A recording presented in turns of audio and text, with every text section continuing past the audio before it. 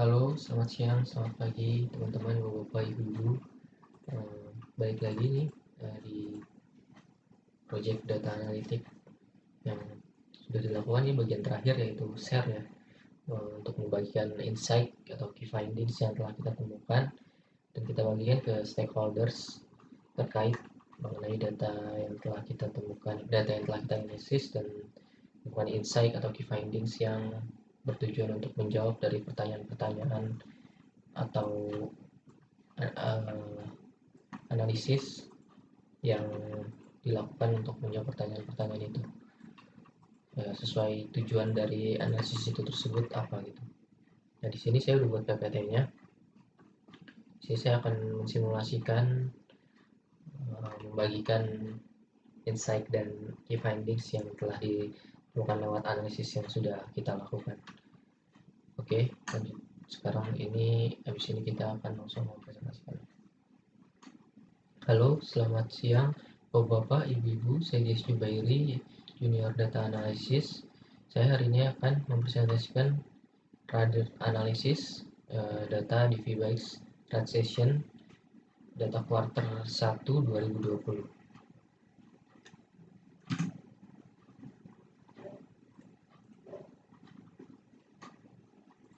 Hari ini yang akan kita bahas adalah pertama ada data source, yaitu data source sumber data yang berkaitan dengan data-data yang digunakan di analisis ini.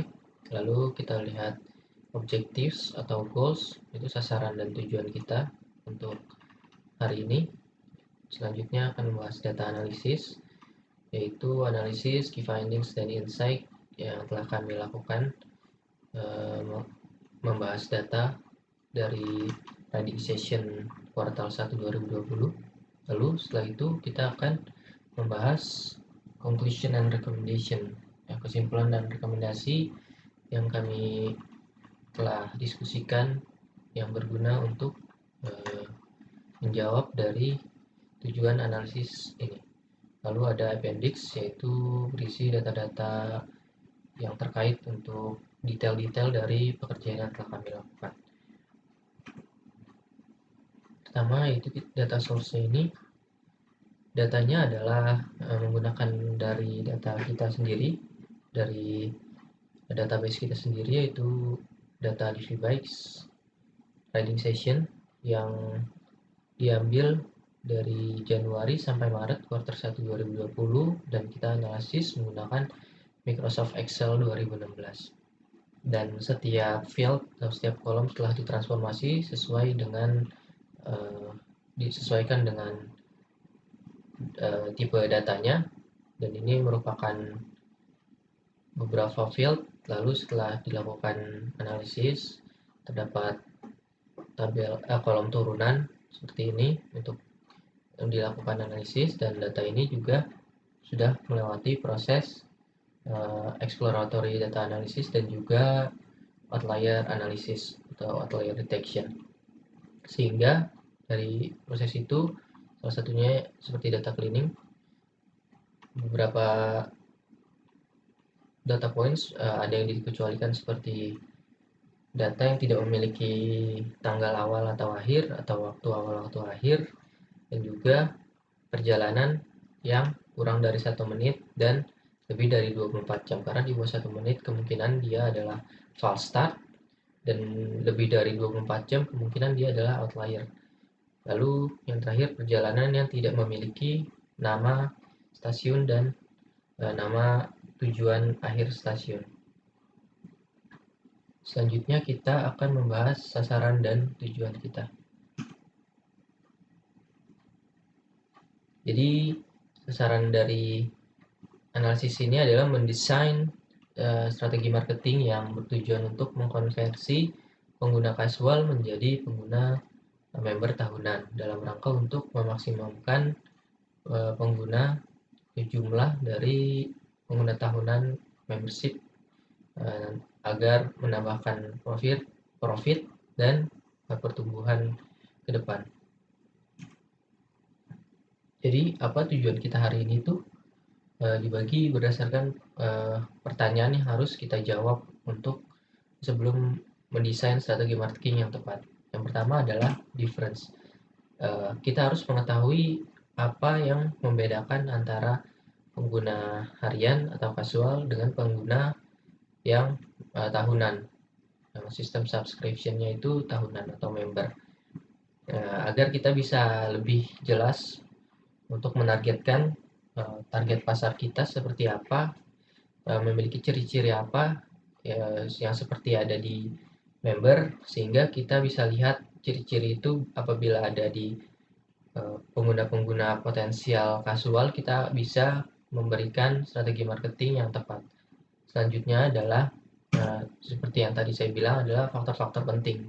Dari perbedaan-perbedaan itu kita bisa melihat faktor-faktor penting apa yang ada di member, dan kita bisa lihat ciri-ciri itu di beberapa pengguna kasual, sehingga kita bisa menargetkan target konsumer yang lebih rinci dan spesifik, sehingga akan lebih memudahkan untuk mengubah pengguna kasual menjadi pengguna member. Dari situ baru kita bisa membuat strategi digital marketing, media apa yang kita gunakan untuk mempengaruhi pengguna kasual untuk menjadi pengguna member. Selanjutnya kita akan membahas data analisis. Di sini kita lihat dulu proporsi dari penggunanya. Pengguna sepeda DV Bikes sebenarnya sudah sangat bagus secara proporsi. Pengguna member lebih banyak dibandingkan kasual. Secara persentase member sudah hampir 90%, di sini 89%, dan kasual hanya 11%. Dan di sini sebenarnya sudah sangat bagus dan sesuai juga dengan temuan tim marketing bahwa sebenarnya pengguna member lebih menguntungkan dari temuan analisis sebelumnya dari tim marketing, sehingga kenapa analisis yang dilakukan adalah untuk tujuannya lebih memaksimalkan pengguna member di proporsi dari pengguna kita. Tentu saja data ini sudah sangat baik proporsinya, cuman apabila memang untuk lebih memaksimalkan, kita ada beberapa hal yang perlu diperhatikan. Karena tentu saja secara pricing member bayarnya tahunan $109 ya, dan lebih murah secara keuangan, secara pricing lebih affordable bagi yang pengguna member. Sedangkan kasual walaupun lebih murah, tapi harian tentu saja apabila dipakai lebih sering itu akan lebih mahal, tetapi karena sedikit proporsinya jadi akan sangat lebih sustainable bagi kita untuk memperbanyak pengguna member. Dan di slide selanjutnya kita akan lihat perbedaan antara pengguna member dengan pengguna kasual yang lebih spesifik.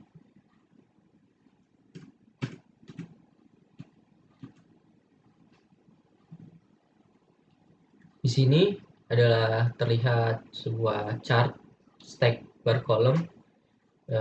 Terlihat bahwa penggunaan sepeda oleh pengguna member sangat signifikan lebih besar dibanding pengguna kasual.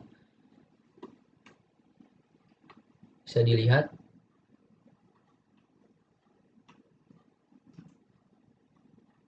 dan penggunaan sepedanya umumnya itu pengguna member lebih banyak menggunakan sepedanya itu di hari-hari weekend atau workday, di Senin sampai Jumat. Bisa dilihat dari tren lainnya yang lebih tinggi. Jadi kenaikannya dimulai dari Minggu, Senin, hingga turun ke Sabtu. Jadi relatif lebih banyak menggunakan sepedanya di weekdays atau workdays dibandingkan pengguna kasual yang lebih banyak menggunakan sepedanya di weekend atau holidays ya, di Minggu atau Sabtu. Sedangkan di hari-hari weekdays dan workdays-nya dia relatif lebih kecil dibandingkan weekend. Dan terlihat bahwa tren ini berbanding terbalik, bahwa kalau di member dia lebih tinggi di weekend, sedangkan di workdays atau weekdays maaf, dan casual lebih tinggi di weekend. Ini berbanding terbalik trennya. Selanjutnya kita akan melihat lebih spesifik berdasarkan sepanjang kuartal 1. Di sini kita hanya melihat agregasi berdasarkan total dibagi berdasarkan hari, day of the week. Selanjutnya kita akan melihat sepanjang kuartal 1, yaitu dari Januari sampai Maret, 1 Januari sampai 30 atau 31 Maret.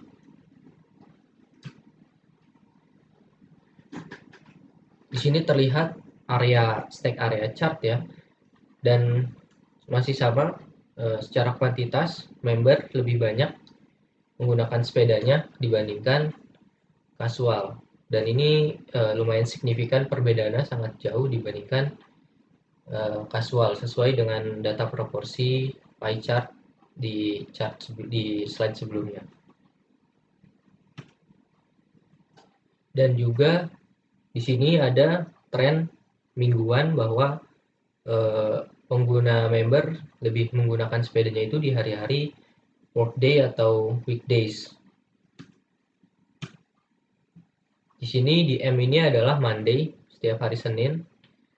Terlihat mulai terdapat lonjakan-lonjakan penggunaan bagi member, karena memang secara tren mereka lebih sering menggunakan sepedanya di weekdays atau workdays. Dan sini terlihat ada tren penurunan di awal Maret. Ini kita harus melihat data-data sebelumnya. Biasanya sih kemungkinan adalah pengaruh cuaca, karena tentu saja bersepeda yang terbuka akan sangat dipengaruhi oleh cuaca. Oleh karena itu seperti ada penurunan drastis di sini. Salah satu bukan salah satu penyebabnya di sini, seperti sini di 10-11 Januari adalah terjadi karena ada badai di Chicago, dan juga ada banjirop dari pesisir pantai Michigan.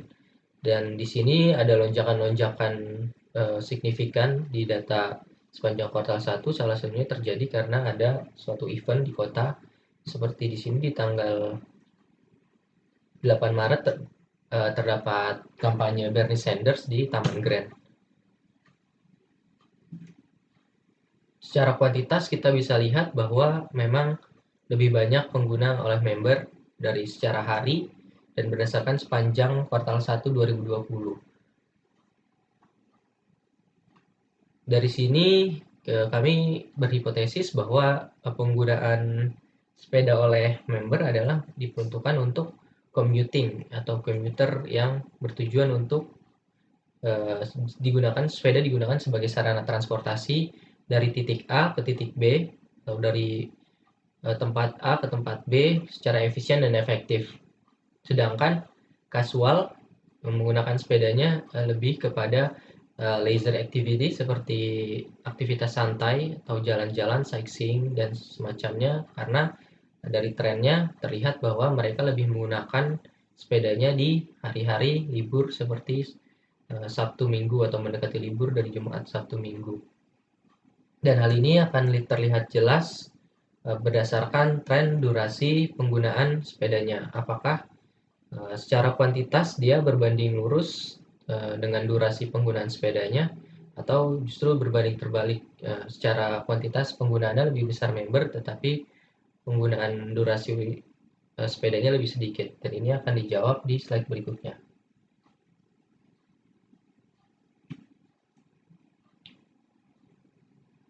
Dari sini bisa terlihat jelas bahwa berbanding terbalik ya, ternyata walaupun member secara kuantitas, secara jumlah lebih besar proporsinya di data kita, tapi ternyata mereka menggunakan sepedanya relatif lebih sebentar, di bawah 15 menit rata-rata, secara rata-rata diakumulasi berdasarkan penggunaan perharinya.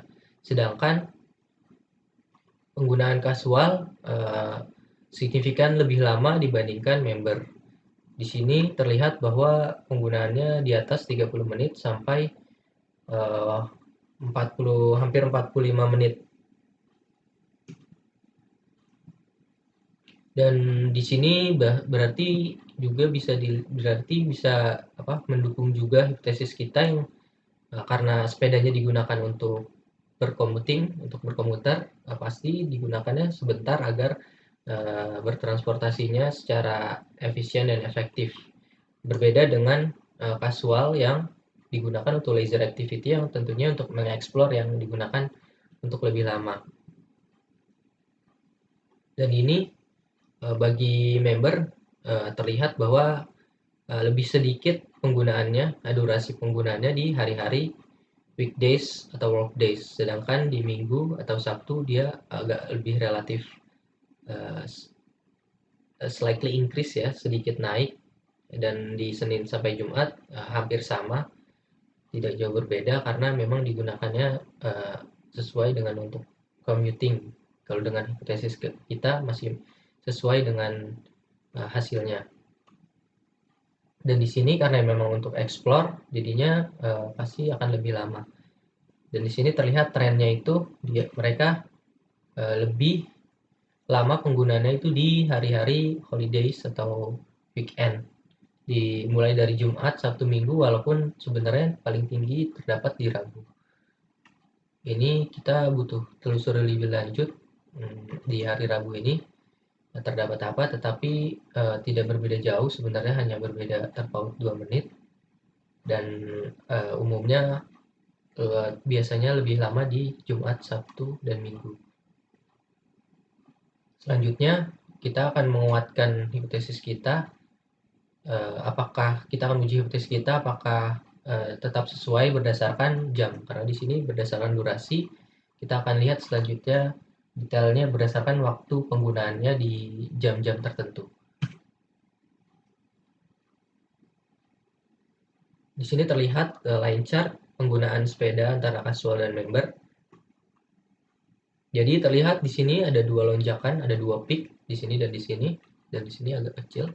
Jadi terlihat bahwa di sini jam-jam go to work ya, jam-jam berangkat bekerja dan di sini pulang bekerja atau jam rush hour istilahnya. Dan itu sesuai dengan hipotesis kami bahwa memang penggunaan sepeda bagi member adalah untuk tujuan commuting. Dalam hal ini di sini terlihat bahwa korelasinya terdapat dengan jam-jam rush hour untuk yang bekerja. Dan di sini ada kenaikan sedikit di sini di jam makan siang, dan sesuai juga jamnya dengan jam makan siang waktu kantor. Sedangkan bagi kasual relatif landai sepanjang hari, hanya ada kenaikan dari jam 9 sampai jam 5. Dan hal itu biasanya masih sesuai dengan tujuan untuk leisure activity yang tidak terlalu pagi atau tidak terlalu sore, petang atau malam, yang digunakan untuk mengeksplor kota ketika siang hari. Di sini hipotesis kita masih sesuai dengan data yang telah ditampilkan. Nah, selanjutnya kita akan membahas berdasarkan data geografis dari dataset kita untuk melihat data spasial atau kuantitas di lokasi titik tertentu sepanjang Eventon dan Chicago. Terlihat di sini ada dua data geografis, data spasial. Semakin tinggi berarti dia semakin banyak, dan setiap kotak ini adalah tiap stasiun yang tersebar sepanjang Eventon hingga Chicago. Terlihat bahwa bagi member pusat yang lebih tinggi, kotak-kotak yang lebih tinggi terdapat di area-area pusat kota atau downtown, dan juga ada di sini juga terdapat di University of Chicago. Dan di Eventon relatif sedikit, tidak sepadat di kota Chicago. Sedangkan di kasual cukup padat juga di area downtown, tapi tidak sepadat di area tidak sepadat untuk member, penggunaan oleh member. Dan di sini juga cukup padat, tetapi tidak sepadat member. Dan di sini yang terlihat kentara adalah polanya adalah sepinggir Lakeshore Michigan, di pinggir pesisir danau Michigan, mereka relatif lebih padat stasiunnya dan lebih terpusat di sini di area Navy Pier di pelabuhan. Dan memang secara jelas bahwa terlihat bahwa memang salah satu tujuan utama turis di Chicago adalah tujuannya adalah di area-area seperti ini, area-area rekreasi atau ruang publik yang dikunjungi oleh turis. Selanjutnya kita akan lihat heat map untuk lebih jelas untuk start stationnya antara member dan casual. Di sini terlihat lebih jelas bahwa heat map titik hotspot yang lebih merah itu terdapat di lebih agak ke kota dibandingkan casual yang terdapat di sepanjang pesisir Lake Michigan. Sedangkan di member lebih di area downtown. Dan di sini lebih di area perkotaan dibandingkan terpusat di area pesisir atau di area pelabuhan. Dan data ini start station juga tidak berbeda jauh bagi stasiun tujuannya end station. Di sini masih terlihat bahwa pusatnya masih di pusat kota dan ini masih di pesisir danau. Di sini juga masih terlihat di pusat kota dan sini hotspotnya masih terletak di pesisir danau. Kita selanjutnya akan melihat 10 stasiun populer yang terdapat di Chicago atau Evanston bagi member atau casual. Dan sini juga masih sesuai bahwa hotspot 10 popular station bagi member tentunya berada lebih banyak di area downtown atau di pusat kota. Sedangkan bagi pengguna casual lebih banyak di pesisir Danau Michigan dan paling terpusat di sini di area Navy Pier di pelabuhan.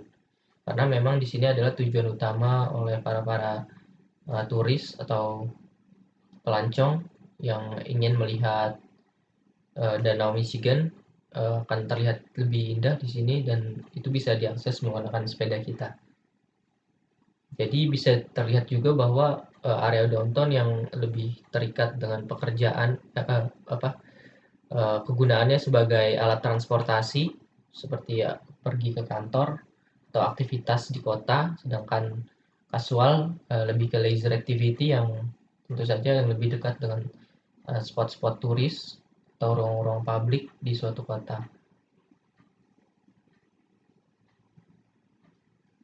Nah, selanjutnya kita akan membahas kesimpulan dan rekomendasi yang telah kami diskusikan bersama tim. Jadi sebelumnya di sini sudah kita rangkum summary analisisnya bahwa member menggunakan sepedanya di weekday, casual menggunakannya di weekend. Dan member biasanya jam-jam penggunaan sepedanya itu sangat signifikan kenaikannya itu di saat jam pergi bekerja dan jam pulang bekerja atau jam-jam rush hour. Dan di sini hanya di casual hanya ada kenaikan kecil dari jam 9 atau jam 5. Secara durasi, member yang berdasarkan hipotesis kami yang tujuannya untuk commuting tentu saja relatif lebih cepat karena mereka ingin menggunakan transportasi yang efisien dan efektif. Sedangkan casual significantly longer dan member karena memang tujuan untuk explore. Sedangkan lokasinya yang terdapat hotspot di data geografisnya lebih banyak di area downtown atau di pusat kota. Sedangkan casual lebih banyak di sepanjang pesisir Danau Michigan. Dan di sini asumsi kita dari faktor-faktor yang ada terlihat bahwa ada korelasi bahwa karena digunakannya daily lebih sering dipakai harian seperti untuk bekerja atau pulang bekerja dan penggunaan relatif lebih cepat, digunakan di pusat kota. Asumsi kami adalah pengguna member adalah orang-orang lokal Chicago atau Evanston. Sedangkan bagi kasual lebih banyak di luar Chicago atau Evanston, atau bisa kita sebut turis. Nah, selanjutnya kita akan menjawab 3 pertanyaan dari goals kita. Jadi, apa yang membedakan penggunaan DV Bikes oleh member dan kasual? Tentu saja kalau berdasarkan fungsi, terdapat korelasi yang kuat bahwa member menggunakan sepedanya untuk tujuan commuting, pergi bekerja, pulang bekerja. Dan kasual menggunakan sepedanya lebih ke aktivitas santai seperti jalan-jalan, mengeksplor kota, ke tempat rekreasi atau ke area-area publik. Dan selanjutnya, faktor-faktor apa yang penting untuk kenapa si pengguna kasual harus membeli sistem subscription annual membership itu? Tentu saja akan lebih affordable bagi mereka apabila mereka warga Chicago, seperti mereka itu pekerja atau mahasiswa atau siswa yang bekerja yang berkendara kurang dari 30 menit di area downtown secara harian. Dan itu akan sangat lebih murah dan affordable. Jadi kita harus target-target atau profiling kita adalah seperti yang tadi yang di summary analysis adalah orang-orang yang memang lebih ke warga lokal dan bersepedanya relatif lebih cepat dan lebih banyak ke tujuan atau asal perginya dari area kota yang digunakan sepedanya secara harian. Kita harus menarget pengguna kasual yang memiliki ciri-ciri seperti itu agar kita bisa memberikan offering pricing sistem subscription kita untuk mereka. Dan beberapa cara yang bisa kita lakukan adalah kita dapat menggunakan digital media apa saja, yaitu tentu saja karena kita sudah memiliki sistem kita sendiri di aplikasi dan website, akan lebih baik apabila kita langsung menarget pengguna yang ada di dalam aplikasi kita. Jadi setelah ini apabila sudah dilakukan profiling berdasarkan faktor-faktor yang ada untuk menarget pengguna kasual, kita bisa memberikan penawaran langsung dari berarti dalam aplikasi dan website kita untuk agar tentunya pengguna kasual yang minimal sudah menggunakan aplikasi kita pasti sedikit banyak sudah familiar dengan sistem aplikasi dan sistem bagaimana penyewaan sepeda kita, sehingga proses konversi dari pengguna kasual dan menjadi pengguna member akan lebih cepat. Dan selain itu kita bisa juga meningkatkan brand awareness di sosial media platform kita. Selain menarget pengguna yang sudah menjadi pengguna kasual, jadi kita juga bisa juga lebih bisa juga promosi ke orang-orang lain yang belum menjadi pengguna, setidaknya untuk mencoba dulu dari platform kita yaitu DV Bikes.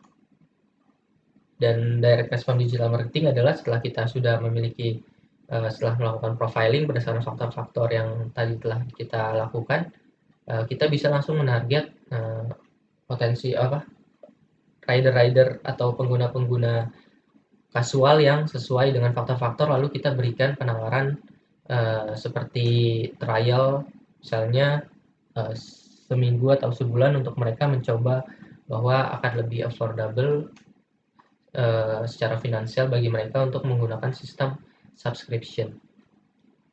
Dan tentu saja dari sini kita butuh analisis lanjutan yang seperti profiling lebih lanjut mengenai data-data pengguna, dan mungkin bisa ditambah data points-nya, yaitu kita membaginya berdasarkan umur atau gender, sehingga kita bisa menarget atau profiling pengguna kita lebih spesifik dan akan meningkatkan potensi konversi dari pengguna kasual menjadi pengguna member. Sini adalah appendix. Apabila diklik ada terdapat file-file referensi atau log dokumen, sumber data, visualisasi, dokumentasi, dan lain-lain. Apabila memang ada pertanyaan, bisa diakses nanti untuk dibahas lebih spesifik.